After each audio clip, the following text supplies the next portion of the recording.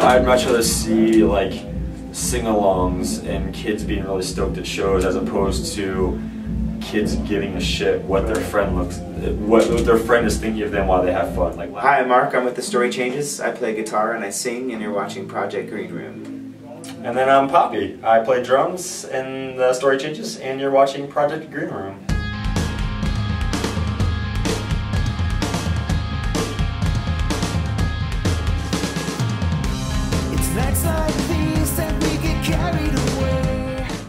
Alright, so here we are with Ohio's The Story Changes. We're in New Jersey. Yeah. Now you guys are currently not playing on this tour, but you're working for Hawthorne Heights, tour managing, and... Yeah, we've known Hawthorne since both of us kind of started our bands back in the day, and really good friendship, and did a bunch of shows and stuff early on with them, and they would take us out of town, and then, so we're out on this run. It's fun. It's cool. It's cool because we're so busy with our band, but this is all we know how to do.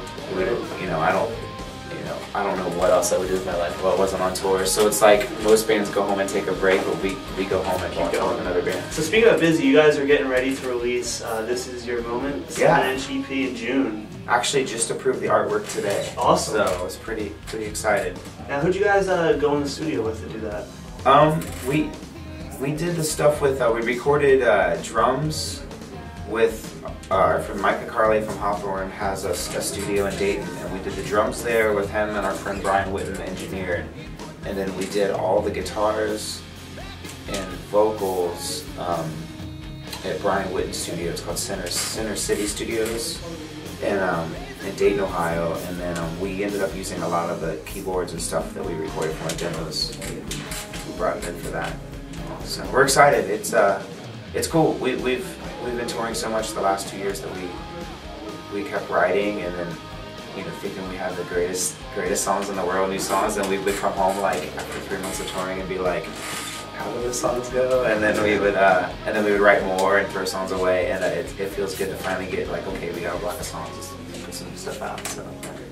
Now speaking about, you guys have mentioned before you love playing your heavy, aggressive songs live. Yeah. On past albums you kind of stray away from the more poppy ones live. Yeah. Is this album kind of more aggressive than past? No. No? No. A little bit of both. My favorite song is like the most mellow of the 4 that we did. What's your favorite song? How Long? Recording wise, I love it. It's so not well, the cool thing is aggressive or heavy. It's just an EP. Right. So we have songs for full length, but we're gonna wait and do that in the summer. So it's kind of fun. It was really easy to be like, pick 4 that work real well, and no filler. So, but it's a little bit of both. And you just released How Long too, right, to the public? Yeah, Compassion. Yeah, that Compassion come for Japan. Which is awesome. Our friend and producer Jamie Wolford, who sings in a band called Let Go, and he was in the Stereo Fila Ramen band from back in the day. Great friend of ours, and we're both huge fans of his music. And he's releasing his first solo record, and he hasn't released anything yet. And I saw where he was, I don't remember if I saw it online or if I was talking to him on the phone, but somehow I found out he was doing this comp, and I was like, that sounds rad. So I had our manager Craig get a hold of him to see if they're interested in having us, not knowing anything other than like all the money was going to Japan, and Jamie Wolford was doing it. And we got at it, and I was like, cool. And then I started seeing tweets online about, like Walter from Rival Schools and Quicksand was doing a song, and like Kevin Devine was doing a song, and Jonah from One Line Drawing Afar. So like, it turned into this thing that we were just like already happy about, and now we're just like honored. And I feel like such a small fry in like all my favorite artists on this thing. So, and that's online now. You can stream our song.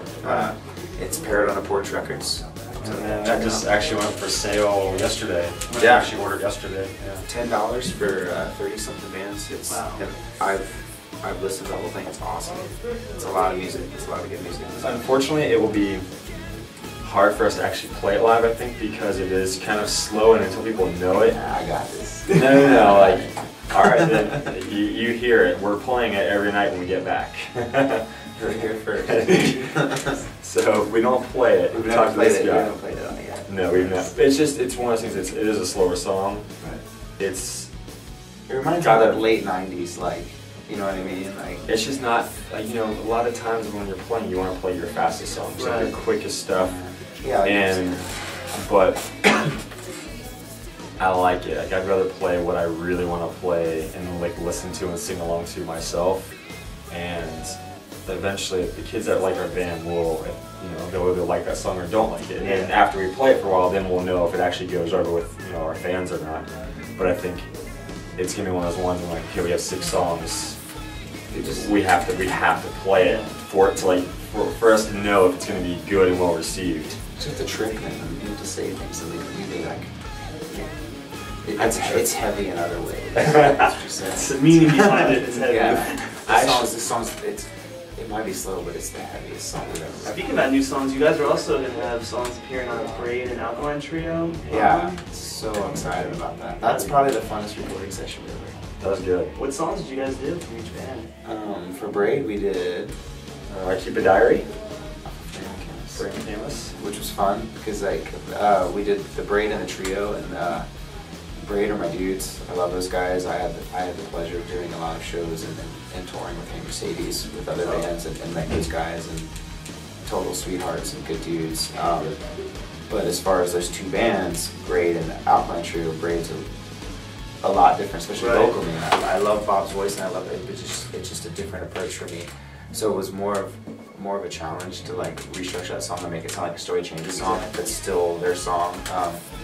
And that was the one that I think the Aquarian Trio was going into, and I was like, oh, this is going to be no brainer. But the Braid, I think it's my favorite too. I don't know, I like them both. They're different the way we did it, but we definitely changed them. But then the Aquarian Trio, we did San Francisco for the first record, yeah. And that was fun. It was cool. That was cool. It was different. We actually had, for fun, since it was like covers and an oddball thing, we had Matt from Hawthorne Heights play bass on it. Oh wow. So it was cool. We recorded it with Micah. So it was just fun to go in and like normally when we're tracking, you know, there's just the overall stress of, you know, like making the best thing for your band and making sure, you know, just second guessing stuff. And this was like, what's the second guess? Songs are done. They're songs, you know what I mean? Yeah, let's just do it. It was fun. It was relaxed. And we did all the music in one day. Yeah, went back and did the vocals in a couple hours, and then Micah mixed it in there. And yeah, super happy with it. Micah's studio does a really good job of stuff. So it's kind of cool. Like, you're working with people you already know. Like, they know you as a musician. You know that they're easy to work with, and it just makes the recording process go so much easier. Like, a lot of bands, they go in with a producer or an engineer that they've never met. Right. They have no idea how to take any comments they make. You know, it can make it really stressful, and that's going to make it. It can make the process go a lot longer. If you record with somebody you know, it's not always the best thing because you get comfortable and you can like not take their criticism, but you work a lot easier, I think. But Mike was just like, you guys know what you're doing here. Good dynamic. One final thing with you guys have been compared to a lot of the people that review your music, to the Foo Fighters, Jimmy Eat World, bands like that. How does it feel? I mean, these bands are probably heroes in your eyes. How does it feel to be compared to bands like that? It feels great. In bands like that, man, like Jimmy Eat World, to me, they sound different, but I mean, I'm older and I've followed that band since like Clarity. Right. You know, my friend Ed Butler, he played in bands from back in the day. Like, I remember going skating with him. He was like, check out this band, there's like orchestration on it. And I was like, this is a punk, and I was like making fun of it, but then by like, you know, the 3rd skate spot later, we're driving and I'm just like, this is amazing, you know. We're like, I don't see too much difference between what they're doing now and then, and they've started out doing it themselves, and they're still in the end of their career. And I mean, obviously the Foo Fighters had a jump start, you know, as Nirvana, but like, you know, I was just listening to a new record today, and it's great, and it's a band that did it on their own terms, you know. So like, to be compared to stuff like that is amazing. I mean, we get it's cool because the mainstream acts or in general will compare us to that, and then like a lot of the kids and stuff, or a lot of our friends will compare us against like Seaweed or like Hey Mercedes or Braid, and it's like that's also a huge compliment because those are the bands that we really geek out on. And if a kid that walks up to the table and says, "What's your band sound like?" And I'm like, "Well, I know they will know those 2 bands." Yeah. And I'd say, "We're a rock band. Well, what do you sound like?" I don't know, Foo Fighters. Yeah.